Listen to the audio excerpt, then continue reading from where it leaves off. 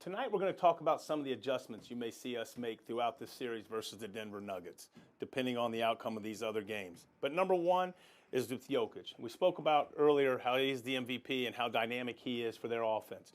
So you got to make a decision. Do you want Nikola Jokic to be a scorer? And what I mean by that is, are you going to play him straight up, take everybody else out of the game, and make Nikola do what he really doesn't want to do, which is shoot all the balls? And when you just decide to make him a scorer, the one thing you have to do is you cannot foul him and let him get 12 to 14 free throw attempts, and then that makes him that much more efficient.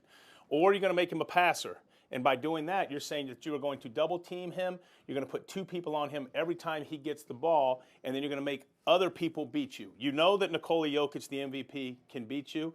Can these other guys make shots? And the way to do that would be to double team him in the post and not let him shoot the shots that he wants.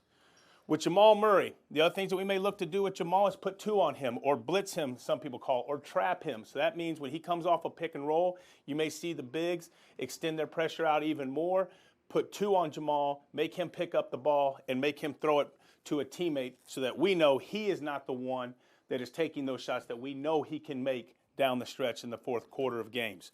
And then lastly with Porter Jr., the other things that you can do, the one thing with him, you have to do your work early, and you got to find him in transition where he gets a lot of his easy three-point attempts, but he doesn't have the basketball. These other two are going to have the ball constantly, and that's where you can blitz or you can double team.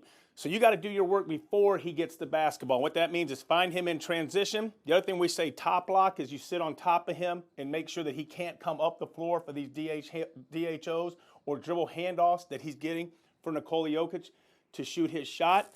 You make him top lock, he cannot come up the floor, or just flat out deny him. And what that means is while Jamal and Nikola are playing two-man game, and sometimes Porter Jr.'s defender needs to be in a help situation or help, you say, no, you guys have to do this yourself, defending these guys, or we find the help off of someone else, but you are not leaving Porter's body and not allowing him to impact the basketball game as we know he can with his jump shot.